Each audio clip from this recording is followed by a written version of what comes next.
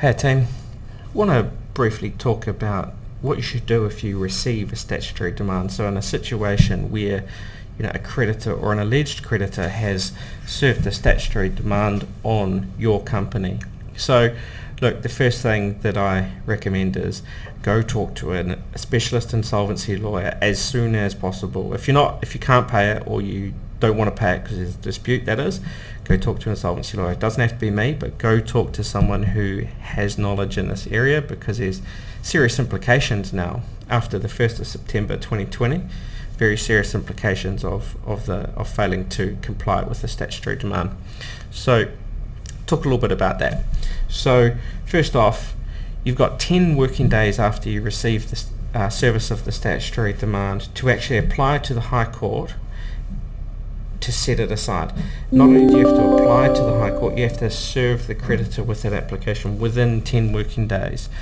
Now, these are formal court documents, and if there is a dispute and you do want to set aside the statutory demand, there are documents that must be filed, there's evidence that must be filed, and you're going to need to give your lawyers some time to do that.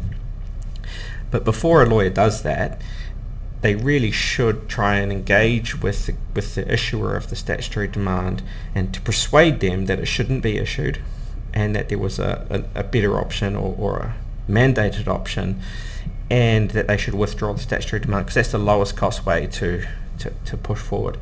So, but if that fails, you've got 10 working days. The other deadline is after the expiry of 15 working days.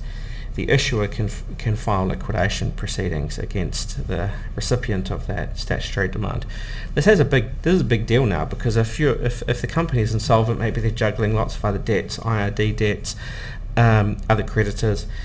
If the plan was to liquidate the company at some point and to restructure it in some way, then once you receive those liquidation proceedings, the option to do that is gone. Can't do it anymore after the 1st of September 2020. So that can have a very real impact on the outcome if you can't pay that demanded amount.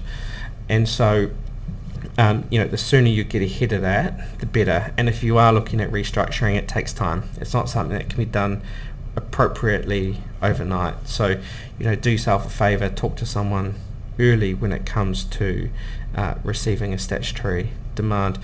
But hey, look, in my experience, there's only two reasons why debtors don't pay. So if you're a recipient, you actually you're going to have two reasons. Either you can't pay the debt, so you're insolvent, or you don't want to pay the debt, and that could mean it's in dispute. There's a reason why you don't want to pay it. So if you can't pay it, my advice is proactively communicate, have the hard conversation with the creditor, and come to an arrangement that you can meet and that they can live with. So that could be a payment arrangement, it could be over time. Sort that out. If you don't want to pay because there's a dispute, again, have a hard conversation, fully articulate the dispute, get it withdrawn, or get it set aside. So look, that's my take on how to respond to a statutory demand if you receive one. So of course, if you do receive one, you should have a chat with an insolvency lawyer, offer a free 30-minute legal consult. The link will be in the description, and we can talk about the way forward and the strategy to resolve it. If you've got any questions, any other questions, things I haven't covered about statutory demands or anything insolvency related, drop them in the comments. I'm happy to respond. Cheers.